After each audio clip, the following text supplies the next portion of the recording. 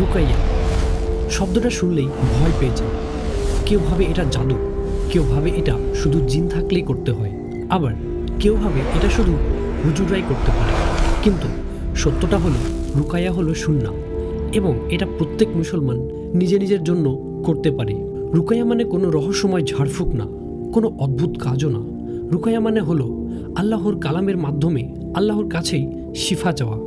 নবী মুহাম্মদ সাল্লাল্লাহু আলাইহি সাল্লাম নিজে রুকাইয়া করেছেন, সাহাবাদের উপর করেছেন, এমনকি আমাদের শিখিয়েও গেছেন কিভাবে নিজের উপর রুকাইয়া করতে হয়। এখন প্রথমেই একটা বিষয় পরিষ্কার করে নেওয়া দরকার। রুকাইয়া কাজ করে এই কারণে না যে আয়াতের মধ্যে কোনো জাদুকরী শক্তি আছে। রুকাইয়া কাজ করে কারণ আপনি আল্লাহর কাছে যাচ্ছেন, শিফা দেন আল্লাহ, আয়াত শুধু মাধ্যম। এই বিশ্বাস যদি ঠিক না থাকে তাহলে রুকাইয়া শুধু মুখেই পড়া হবে, উপকার হবে না।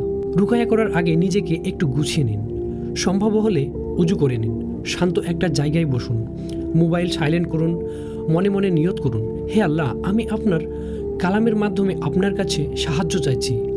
এই নিয়তটাই রুকাইয়ার সবচেয়ে গুরুত্বপূর্ণ অংশ। এরপর আপনি ডান হাতটা আপনার মাথায় বা বুকে রাখবেন।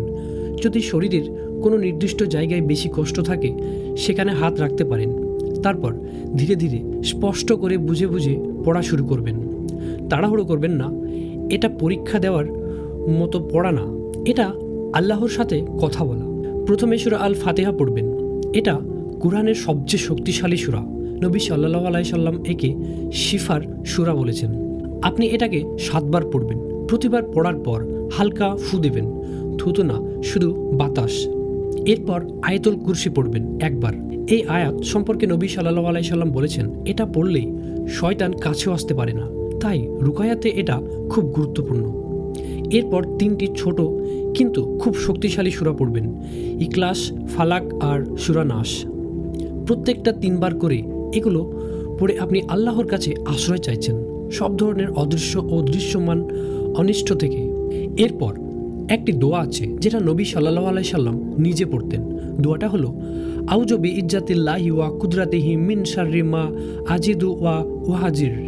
এর মানে হলো আমি আল্লাহর সম্মান ও ক্ষমতার আশ্রয় চাই এই কষ্ট ও অনিষ্ট থেকে। এই দোয়াটা 3 বার পড়বেন। এই পর্যন্তই হলো মূল রুকাইয়া। এর বাইরে কিছু যোগ করার দরকার নেই। কোনো নাম লেখা, কোনো সংখ্যা লেখা, কোনো কাগজ বাঁধা, এগুলো ইসলামের রুকাইয়া না। এগুলো থেকে দূরে থাকবেন। আপনি চাইলে এই আয়াতগুলো পানিতে পড়ে সেই পানি পান করতে পারেন, অথবা অলিভ অয়েল পড়ে শরীরে মালিশ করতে পারেন। এটা সাহাবাদের আমল থেকে প্রমাণিত। কিন্তু আবার বলছি, এটা ঐচ্ছিক। আসল জিনিস হলো পড়া আর বিশ্বাস। এখন একটা গুরুত্বপূর্ণ প্রশ্ন আসে, কতদিন রুকাইয়া করতে হবে? এর কোনো নির্দিষ্ট সংখ্যা নেই। আপনি যতদিন কষ্ট অনুভব করবেন ততদিন করবেন। অনেক সময় প্রথম দিনেই হালকা লাগে, অনেক সময় কয়েকদিনে লাগে। ধৈর্য ধরতে হবে, কারণ এটা কোনো ট্যাবলেট না যে সাথে সাথে কাজ করবে। এটা ইবাদত। আরেকটা বিষয় খুব জরুরি, রুকাইয়া করলেও যদি নামাজ না পড়েন তাহলে উপকার কম হবে, কারণ নামাজ হলো সবচেয়ে বড় হেফাজত। রুকাইয়া আর নামাজ একসাথে থাকলে শয়তান টিকতে পারে না। অনেকে জিজ্ঞেস করে কিভাবে বুঝবো আমার রুকাইয়ার দরকার? দেখুন, অকারণে ভয় লাগা, দুঃস্বপ্ন ও বুক ধড়পড়, নামাজে মন না বসা, কোরআন শুনলে অস্বস্তি, এগুলোর মানে এই না যে নিশ্চিত জিন আছে। কিন্তু এগুলোর জন্য রুকাইয়া করা সুন্নাহ এবং নিরাপদ, এতে কোনো ক্ষতি নেই। সবশেষে একটা কথা খুব পরিষ্কার করে বলি, রুকাইয়া কোনো শর্টকাট না, এটা আল্লাহর সাথে সম্পর্ক ঠিক করার একটা অংশ। যে মানুষ নিয়মিত নামাজ পড়ে, কুরআন পড়ে, জিকির করে, তার জন্য রুকাইয়া সহজ হয়ে যায়। আর যে মানুষ গুনাহ ছাড়তে চায় না, শুধু রুকাইয়া দিয়ে সব ঠিক করতে চায়, তার জন্য এটা কঠিন হয়ে যায়। তাই রুকাইয়া করুন, কিন্তু আল্লাহর দিকে ফিরে আসুন। কারণ শয়তান সবচেয়ে বেশি ভয় পায় সেই মানুষকে যে মানুষ আল্লাহর আশ্রয়ে চলে গিয়েছে।